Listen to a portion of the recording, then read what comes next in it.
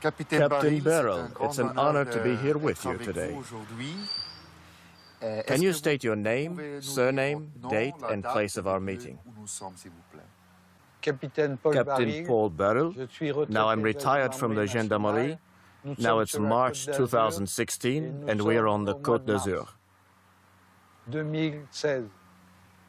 Captain Barril, can you briefly tell us your story of service to the French government? A brief description of your life. In short, I was an officer of the French gendarmerie.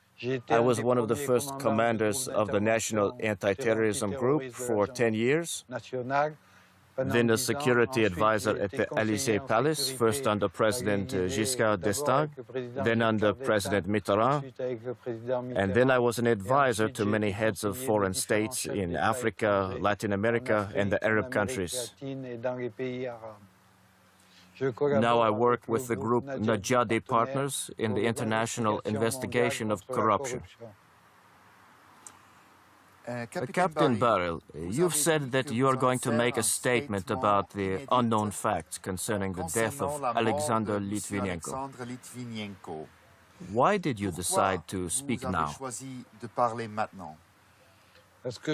Because I think that now it is necessary to reveal the truth. After the death of Litvinenko, so many lies were told by journalists, but above all, by the secret services. I especially want to make this clear. For America and Britain, the Cold War has not ended. The struggle continues. And in the Litvinenko case, we are talking about an operation to destabilize the Russian leadership, particularly President Putin, to seriously damage the reputation and credibility of the internal security forces. This manipulation operation is coordinated by the CIA and MI6 and all the enemies of Russia. France is also involved in this, backing up the Americans. You see that the Mistral was not delivered, that a financial investigation was initiated against Putin's inner circle. All of this is being done in order to destabilize Russia and cast a shadow on Putin's policies. This applies to Ukraine, but above all, to Syria.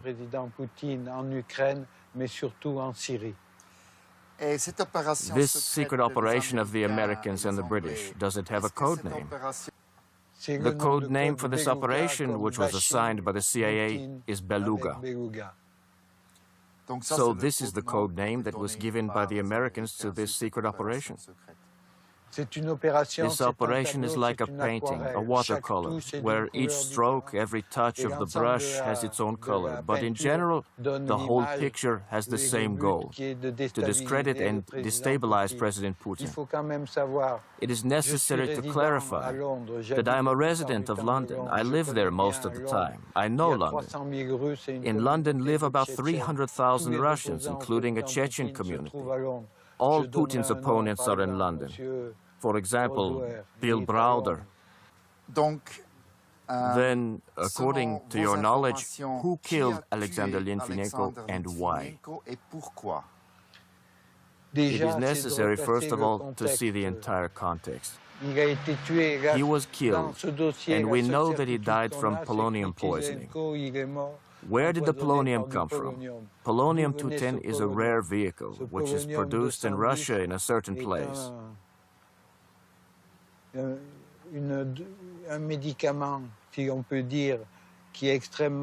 is absolutely safe when stored in a closed container. If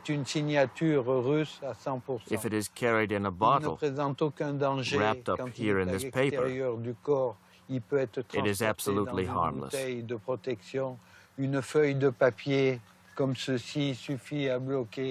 But if the container is damaged, it becomes deadly, because it destroys the cell at the end.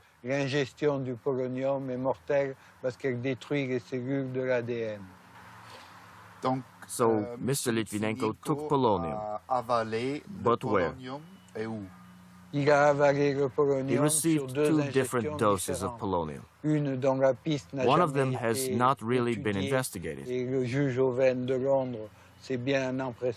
I'm talking about the trail of Scaramella, who met Litvinenko in the morning and who dined with him at Piccadilly.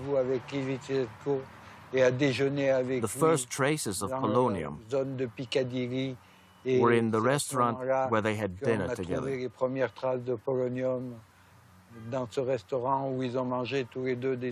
Scaramella then went to Italy, where he was arrested on arrival.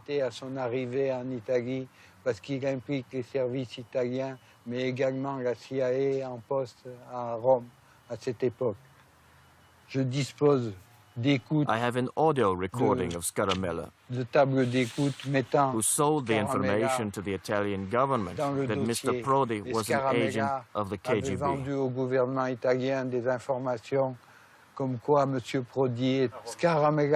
Scaramella was arrested in Naples with a weapon, which allegedly was to be used to kill some Italian personalities.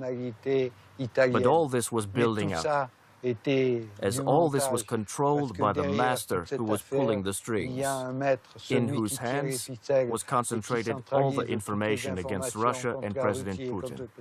It was Mr. Berezovsky. But ultimately, for whom did Litvinenko work? Litvinenko was a special case. He was an ex-agent of the FSB. Strangely, by age 36, he became a lieutenant colonel. In 1998, as one of 4 KGB officers, he organized a press conference at which he said that the intelligence agencies wanted to assassinate Mr. Berezovsky. It was a performance paid for by Berezovsky, who harbored a growing hatred for President Putin. Berezovsky began to gather together all the opposition who were in London. They repeatedly visited Berezovsky, who paid them for information.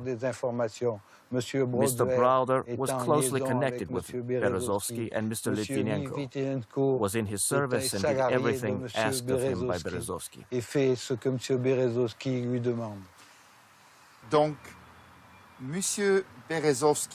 Then Mr. Berezovsky worked with Mr. Browder, an American agent. Mr. Berezovsky collaborated with Browder to blacken Putin's image.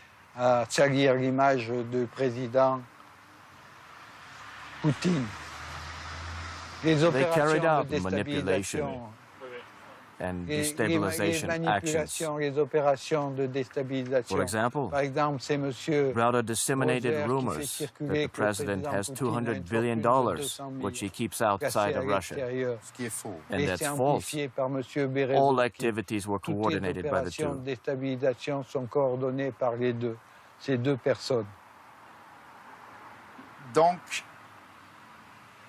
I'm going back to my first question.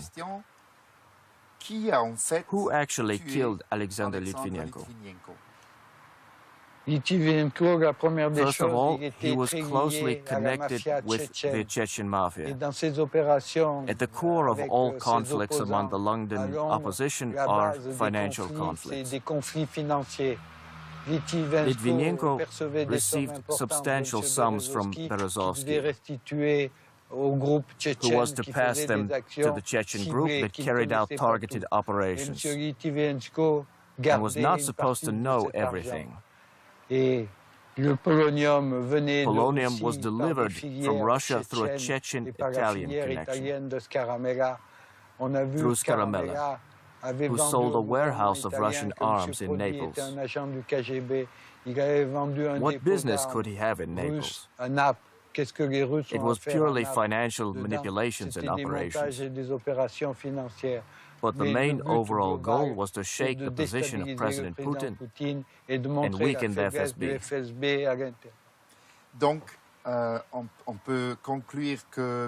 So Litvinenko was executed by Chechens and Scaramella.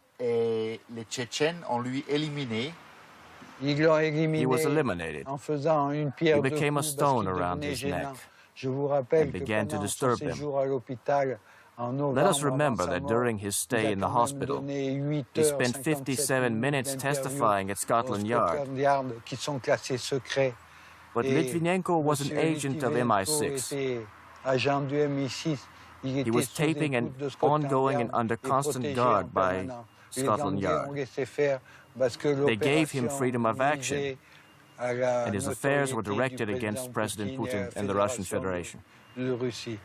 So Litvinenko was executed by Chechens and Skaramella. Yes, Chechens and Skaramella. Certainly, this murder took place in the UK and the investigation should be made public. No? Yes,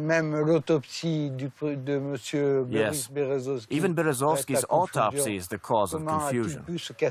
How could he hang himself and then let himself down? And how could he be alone in the house at this point?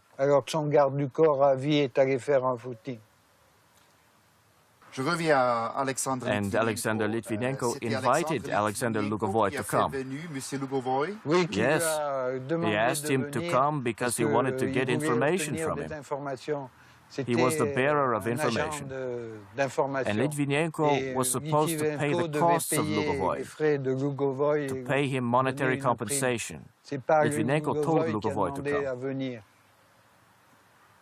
And Mr. Skaramella, it's all the same. He slipped polonium in the sushi before the tea with Lugovoy.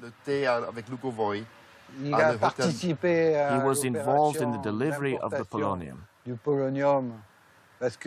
Polonium was chosen specifically because it was a brand of Russian production. And thus, in this case, to implicate the Russian president and the FSB. So it was Skaramella who put the polonium in the sushi. He received and distributed the polonium just as it was he who sold the information that Prodi was an agent of the KGB. So he killed Litvinenko. He participated in the conspiracy along with others. But who slipped the polonium? Polonium was circulated from hand to hand, as people did not know its dangers. Skaramella said that he could safely walk with polonium in his pocket. And the judge who conducted the investigation determined that there were no traces of polonium on the plane on which the Russian flew. And there were no traces at the airport where the Russian arrived. Let us return to Mr. Berezovsky. Do you believe that Berezovsky committed suicide? If not, was he eliminated? I knew Mr. Berezovsky well. I had long conversations with him. I was at Gainsborough when he had his Chechen friends there. Berezovsky was not a man who could commit suicide. His fortune was not zero. He still had about $250 to $500 million. Mr. Berezovsky became dangerous. He talked too much. He took drugs that made him uncontrollable. If I understand correctly, he had become uncontrollable. He chatted right and left. The picture we saw of his death, that he hanged himself in the bathroom with a scarf, does not correspond to reality. That is, he was killed. Yes, he was assassinated. It was professional. I want to remind you that there is a huge dossier of a number of suspicious deaths. The banker Safra in Monaco, the partner of Bill Browder. We must also remember that he lived in a safe house. Do you think that Browder was also involved in the death of Berezovsky? He knew perfectly well what Berezovsky was doing, and he confirmed that Berezovsky had become a burden for the opposition because he was talking too much. As soon as Berezovsky received information, he immediately handed it to the press. Britain recently, without evidence, published this theory, according to which the cause of death of Litvinenko involved even President Putin himself. What can you say about this? Bullshit. I can answer you very precisely, because I am a partner in the Nadjadi Group. There is no evidence of this. On the contrary, I see a flawed investigation. They did not consider the Italian track of Scaramella. And why did the Italians take him into custody? And what is happening to him now? Based on well-researched facts,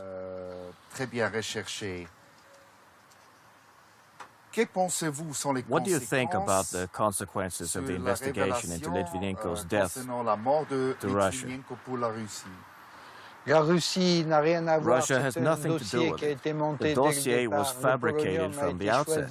Polonium was specifically chosen because it is connected to Russia, because it is produced in a particular place in Russia. The objective of the whole operation was to discredit President Putin, the FSB and internal security. All this is because Russia's actions obstructed the United States, in Ukraine and especially in Syria.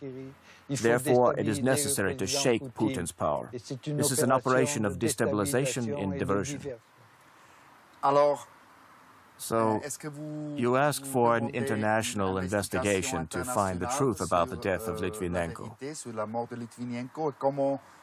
How do you envision this investigation being carried out? I think that the investigation should be conducted under the direction of Carla Del Ponte. She has experience in investigating complicated cases, and we know that she is not connected with the CIA. If she is appointed, I will introduce her to all the essential elements of the investigation, which the British Secret Services do not have. So you work in the group Nadjadi as a special advisor. Are you ready to cooperate with Russia in the search for the truth about the death of Litvinenko? My conclusion is that the accusations against Putin are unfounded and that there is no evidence. But there are between 67 and 69 hours of taped testimony by Litvinenko, which he gave on his deathbed, which were listened to by Scotland Yard. So in conclusion, you can say that this operation Beluga killed Litvinenko. Yes, the goal was to discredit President Putin and the Russian government, and above all, the internal security services and the FSB. The operation almost succeeded, at least in the media, as they seized on the revelations released by the judge, but did not furnish any evidence. Captain Barril, thank you very much for this important interview. Je vous remercie.